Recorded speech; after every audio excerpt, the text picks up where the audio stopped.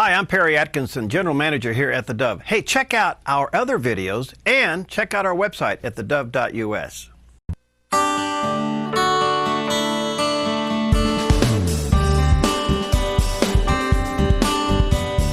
Welcome to Focus Today. I'm your host, Perry Atkinson. A delight to have in the studio, as always, Nisha Jackson, heading up Ventana Wellness. And we're here to talk about anxiety because nobody has it, nobody suffers from it, and your heart's probably not pumping at all.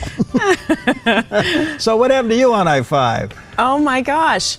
Okay, so talk about anxiety. I thought this would be an appropriate story. So, are we doing a little self-healing here today? I don't really suffer from anxiety, but yesterday I did. So I'm driving south on Interstate 5. I'm embarrassed to even tell this story.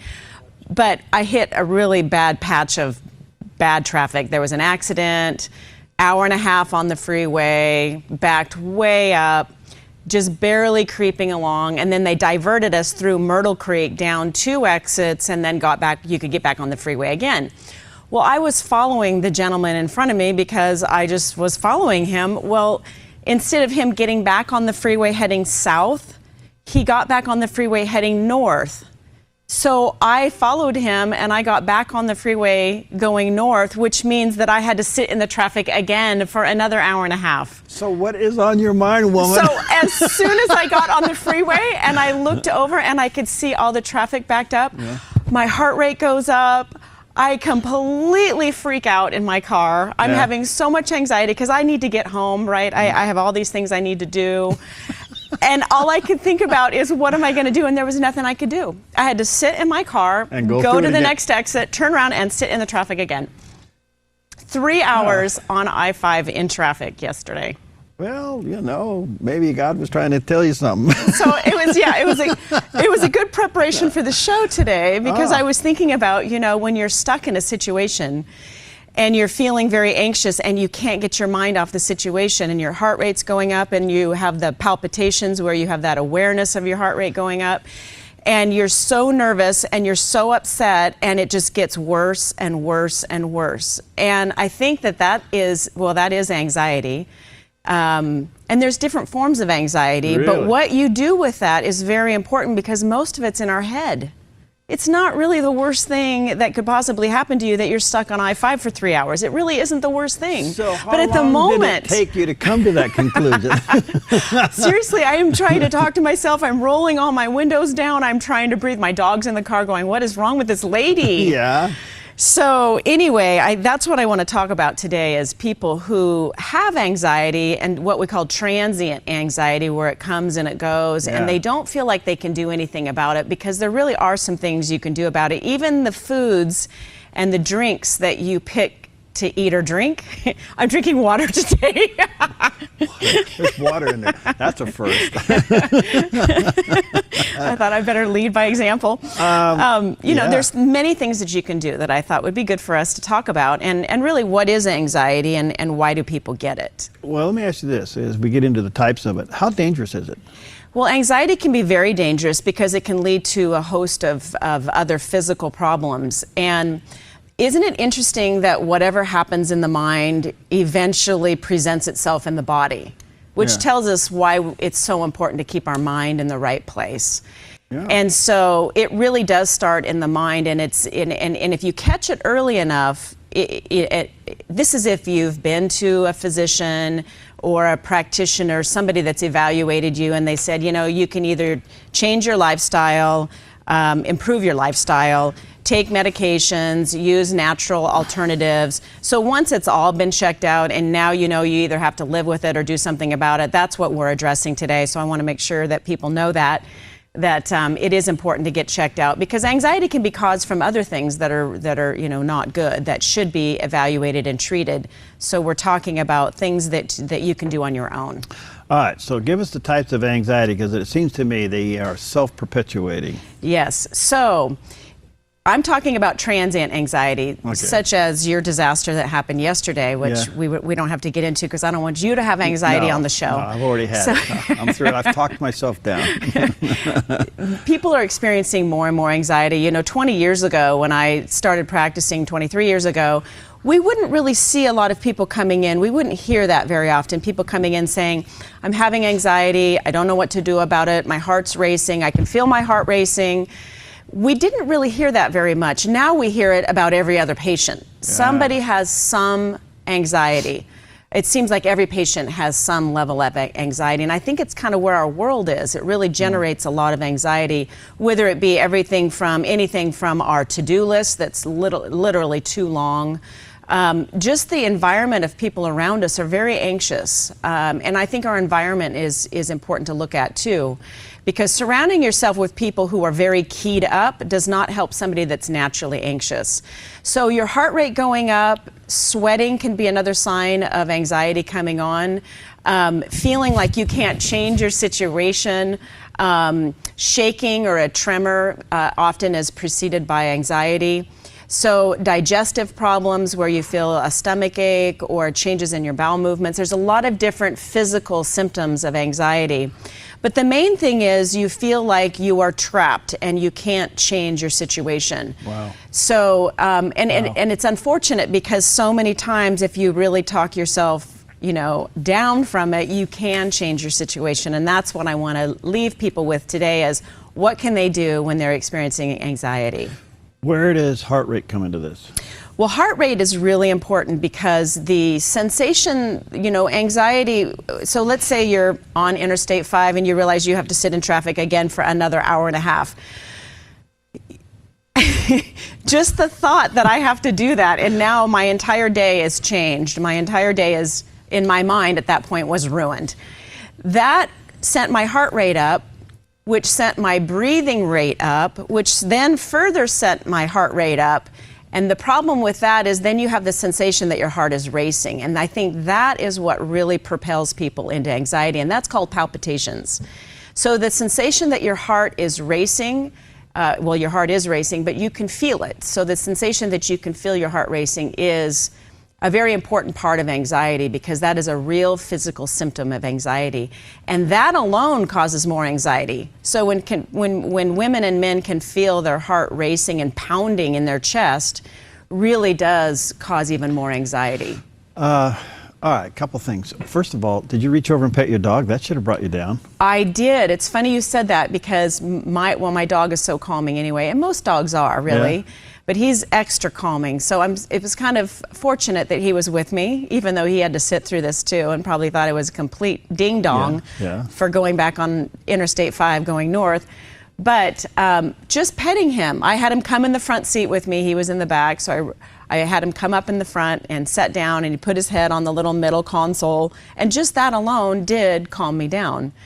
So I think that Dogs are wonderful. Yes, animals are very wonderful, and surrounding yourself with things that are calm is one of the things that I have on my list to share with people today, that is very important. Now, when you feel your heart racing and it's starting to pound out of your chest, I think the older you get, you become concerned with that. Could that lead to the ultimate? Could that lead to the heart attack? Yes and no. Most of the time, palpitations or heart racing is benign. Most of the time. Now, again, I don't want to tell everybody if you're having really bad anxiety and your heart's racing and it feels like it's coming out of your chest that you shouldn't do anything about it, because of course you need to get that checked out. But most of the time, palpitations and heart racing is benign. So, but what happens to it after that and how far it goes is what might not be benign, meaning that if you start hyperventilating, you'll become dizzy, and then you lose kind of your balance, and you may fall and injure yourself. So the palpitations and the heart racing can lead to hyperventilation, meaning that you're breathing too rapidly, and that is a sign of anxiety, and that can lead to other problems. So it's really important to catch it early and remove yourself from the situation if you can. All right, well, calm us down. Do I reach over and grab the bottle of vitamin B? Yes. Oh, You're do? So smart. Seriously. Really? You always steal my medical thunder. Okay. You always know what to say. I can give you a scripture. We can just cancel the show. It says 1 Peter 5:7, be anxious for nothing. There you go. There you go. Okay. Exactly. So some of the things that you can do. Number one, removing yourself from the situation if you can. And I've done this thing many times in the past, that when I have felt too many things on my to-do list, which I seem to be the queen of, or a situation abruptly turning in a direction I didn't want it to, and now I realize that the rest of my day is crumbling, which causes me to have anxiety. There's several things that I've done in the past personally that I think that are very effective. One of them is I always ask myself, what is the worst thing that can happen? And invariably, it's not that bad. Okay. Right? What is the worst thing that can happen? You spend too much money. Exactly. You go on a shopping spree and blow it. Most things can be undone. Yeah. Shopping is very therapeutic, I will say. Okay. Anyway, so ask yourself, what is the worst thing that can happen? And removing yourself from the situation. So if you see something escalating, it's really important to take yourself, if you can, away from that situation. I could not do that on Interstate 5 yesterday, but I did roll the windows down. Yeah. Breathing, and there is a very specific way to breathe, which I want to make sure that everybody knows today. So I guess I can go through that right now, how to breathe. Yeah, do it quickly, and then we'll take a break. Okay. Taking a deep breath in with your mouth closed, and then breathing it out with your mouth open. And the exhale is very important, getting all of the air all the way out of your chest. So even putting your hand on your belly and feeling the breath coming in so that your belly is going out. So it's called belly breathing, so that your belly goes out while you're breathing in with your mouth closed, and then letting it out, almost like a sigh, and letting all of the air out. That is what will calm an anxiety attack down. Oh, absolutely. Okay, so you get an A on belly breathing. I'm going to do your own checklist here. Okay. Belly breathing is one of the key factors in calming anxiety and irritability. You couldn't remove yourself from the situation. So you were stuck. I was stuck. And sometimes we are stuck and we can't remove ourselves. All right, I'll give you a C on that. But you can remove your mind. Oh! So we are gonna address that when we come back. Yes. Where? After you got back in line again? Yes. I had to immediately start thinking about something else. All right, we'll take a quick break. We'll be back. We're dealing with anxiety and fast heartbeats and palpitations, and she's going to give you some good tips on how to calm down when we come back.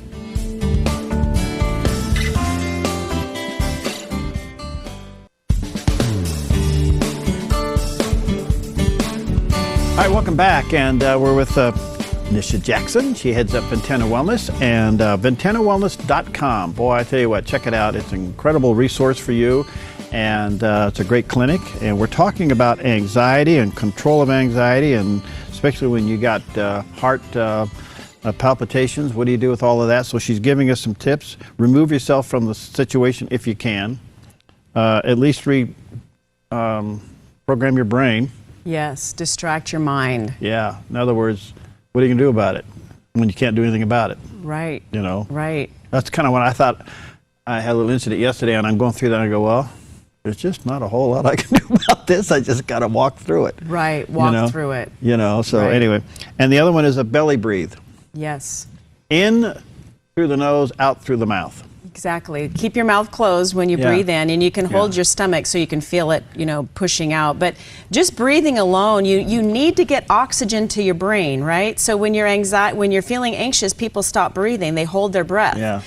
And we do that in traffic, we do that in tense meetings, we do that in moments of anger, or in moments of negative emotions. So we stop breathing, and the problem is we really need air to our brain in order to think appropriately to get ourselves through anxiety. Yeah. So breathing is kind of fundamental to controlling anxiety. And staying alive.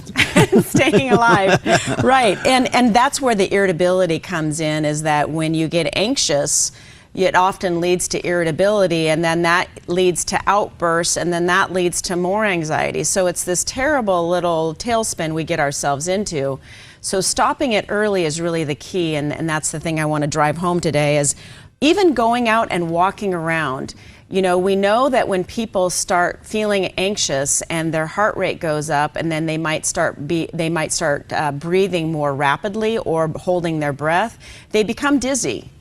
And when they become dizzy, the problem is that they sit themselves down in a situation, and we need to walk around, because just the act of walking around, especially outside, increases blood flow, which then will actually calm the anxiety response, because walking is very calming.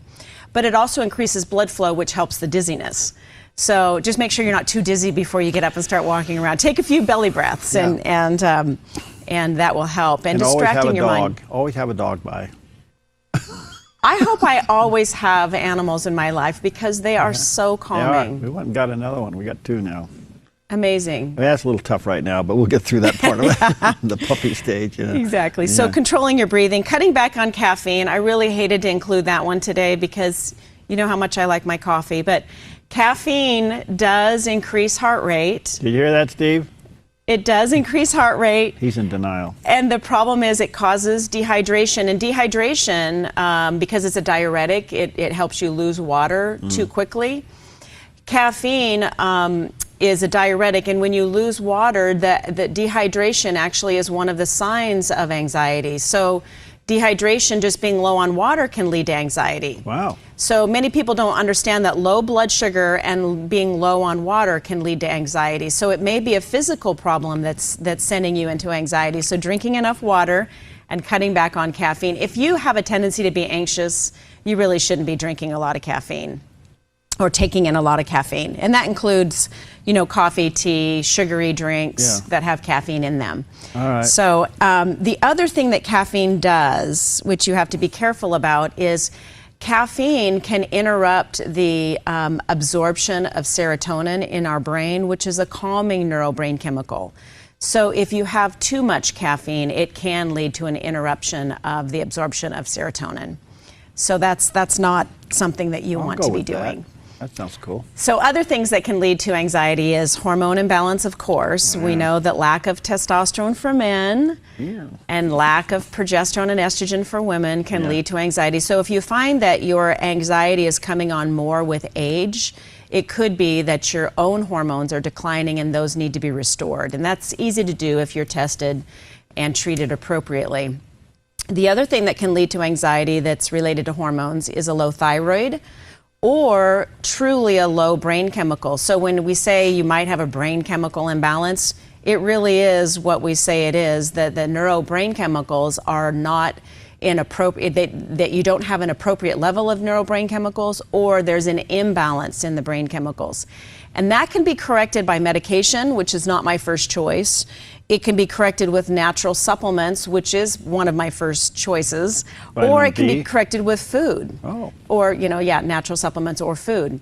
So the foods that we want to kind of maybe move towards if we are prone to anxiety would be not ice cream. No. Ice cream? Come on. It makes Ed Miller feel good. He's one great big soft ice cream cone. Okay, turkey. We know that turkey has tryptophan in it, right? Puts you to sleep. That's why everybody feels so wonderful after Thanksgiving meal. They may be a little sleepy, but that's because they've overeaten. You know, turkey sandwich is the #1 sandwich in the world. Is it the #1 sandwich? It beats peanut butter and jelly. Well, that's excellent. There you go. Yes, turkey. Turkey is very good because it does have the tryptophan in it. So, adding even more beef and protein to your diet, we have to get amino acids, which are byproducts of protein, because they are direct precursors to the brain chemicals that keep us balanced for our mood and help reduce anxiety. So if you have a protein-free diet, which some people do, the unfortunate thing is they don't have the building blocks to the brain chemicals that they need to stay balanced. So we have to have protein in our diet, and many people don't. Beef is also very rich in B vitamins, and we know that B1, B12, and B6 are very important for the building blocks to those neurobrain chemicals, specifically dopamine and serotonin. And I always say dopamine and serotonin are kind of like brother and sister neurobrain chemicals. They're meant to be in balance with each other. So, and that is very helpful for the prevention of anxiety.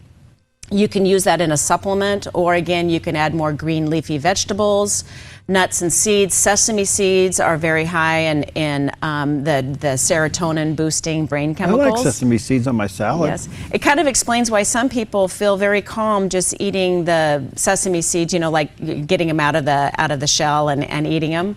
So they're very good for your brain. Nuts and seeds are very good for the brain, but particularly sesame seeds.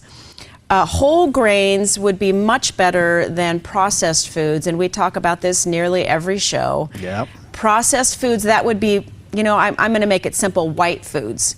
Foods that have been overly processed by man. They're not in their 100% pure form, and they're typically low in fiber. So they go into your system quickly, they raise the blood sugar, they raise the insulin, and then the problem is that people do feel better temporarily, but then there's this abrupt drop off, and then they feel anxious. Mm-hmm. Now, just a low blood sugar episode can cause your heart rate to go up. If your heart rate goes up all of a sudden, and you're maybe in a stressful situation, all of a sudden now you're into anxiety. So your anxiety could be caused from just a low blood sugar episode. So it's important to eat small meals that have protein and good carbohydrate, high fiber carbohydrate together, and more frequently throughout the day, so that we're not predisposing ourselves to low blood sugar that might set off an anxiety episode. Well, it's interesting you'd include meat in your protein, because a lot of people now, it seems like there's a trend to go vegan. Yes, there is a trend to go vegan, and I'm a little outspoken about veganism or vegetarianism. I think it can be a very good situation for people, and I think it can be a very bad situation for people. The bad situation typically comes in when they don't really understand how to appropriately combine foods to get a complete protein. And it's very difficult, it's a lot of work, and it's a lot of preparation. Yeah. So I think if it's done responsibly, it can be done really well and very healthy for you. But so many times it's not, and they're not getting complete proteins, and then they're wondering why they're fat, depressed, and anxious, because they're not getting the building blocks that we're meant to have. So it can be done, you just have to be careful about it. Well, one way, is put a hunting season on broccoli. Yeah. Make shooting a broccoli fun. Exactly. Oh, yes. Well, complex carbohydrates like broccoli would be very good to have. Just put some protein with it. Okay. And it doesn't always have to be an animal protein. There's wonderful other vegetarian proteins out there. So salmon, essential fatty acids, nuts and seeds, again, are very good for the brain. Study after study after study has shown that essential fatty acids are excellent for depression and anxiety, and also very calming. They improve the healthiness of the brain and the synapsing of the brain cells. So I think that adding the salmon, Greek yogurt is another food that can be very helpful for adding more protein in the diet, and has been shown to reduce anxiety. So the other thing that we want to try to avoid is foods that are just straight sugar. Now, I had this conversation with a friend recently who works in the area of alcoholism and helping people rehabilitate from alcoholism. So just remember that alcohol to an alcoholic is almost the same addiction potential as sugar is to a sugaraholic. So if you're finding yourself eating sugar throughout the day and really addicted to it, that is a direct precursor for anxiety. So, and unfortunately, anxiety is often calmed by eating more sugar. So alcoholics have a tendency when they stop drinking is to go right to the sugar. And that causes them to relapse with alcohol, because what it does is it does raise serotonin in the brain, but then it drops off abruptly. So I would encourage people who are trying to either quit sugar or quit alcohol and really rehabilitate themselves to stay away from sugar completely and have protein and a high fiber carbohydrate together frequently throughout the day with some nuts and seeds mixed in. Foods in their whole form, because then you won't be chasing your blood sugar all day long, causing yourself to have more anxiety. So that's really important, and it will help you stay off those foods longer because of the addiction potential. All right, any quick left here? I got about a minute here. Yes. A recent study in London did show that eating hot dogs causes anxiety. Now I'm anxious because I can't have a hot dog. What it is, unless it's hot dogs, well, really it's processed foods, but they kind of targeted hot dogs because of the nitrites in the hot dogs. Oh. The preservatives in the hot dogs seem to interrupt the assimilation of the What about of the a amino Costco acids. dog? Can I have a Costco dog?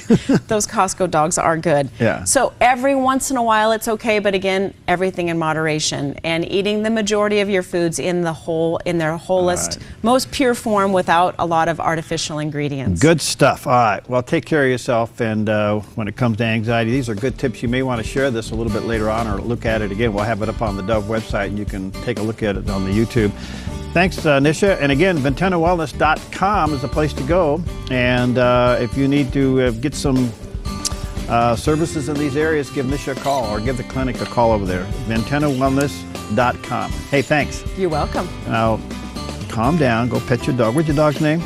My dog's name, it's a Shiba Inu. His name's Briar. Briar. Go pet Briar. You can have a good day. We'll be back in a few moments.